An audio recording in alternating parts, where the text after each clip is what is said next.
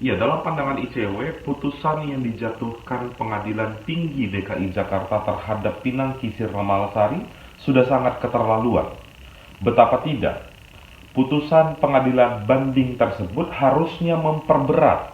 Dalam pandangan ICW, hukuman yang layak kepada Pinangki adalah 20 tahun penjara atau seumur hidup, bukan malah diringankan dari 10 tahun menjadi 4 tahun penjara. Kalau kita melihat sebenarnya apa yang dilakukan oleh Pinangki Sirna Malasari sebenarnya sudah layak untuk dihukum lebih berat. Misalnya, jangan lupa bahwa Pinangki ketika melakukan kejahatan tersebut berstatus sebagai jaksa, yang notabene adalah penegak hukum yang ditugasi untuk meringkus buronan Joko Chandra.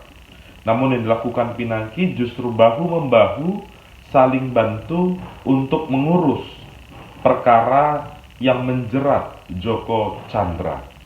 Selain dari hal tersebut, Pinangki melakukan 3 kejahatan sekaligus, mulai dari korupsi suap, tindak pidana pencucian uang, hingga permufakatan jahat.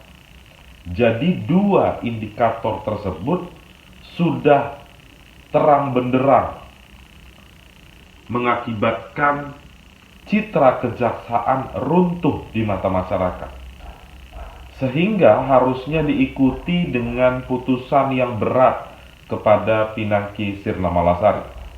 Dalam konteks ini, ICW juga mempertanyakan bagaimana supervisi KPK terhadap perkara ini, sebab KPK sudah pernah mengeluarkan surat perintah supervisi, namun ketika beberapa orang sudah disidangkan bahkan sudah divonis, tidak ada hasil dari supervisi tersebut.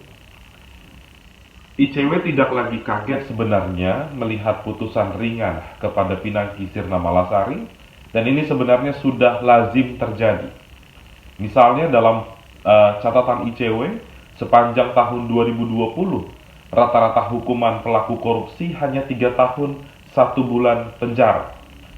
Tentu angka yang sangat miris untuk bisa menciptakan pemberian efek jera maksimal kepada pelaku korupsi. Maka dari itu, dalam hal ini juga ke depan, ICW meminta kepada Komisi Yudisial atau Badan Pengawas Mahkamah Agung untuk melihat lebih lanjut siapa-siapa saja hakim yang selama ini menjadi dalang di balik hukuman ringan kepada pelaku korupsi.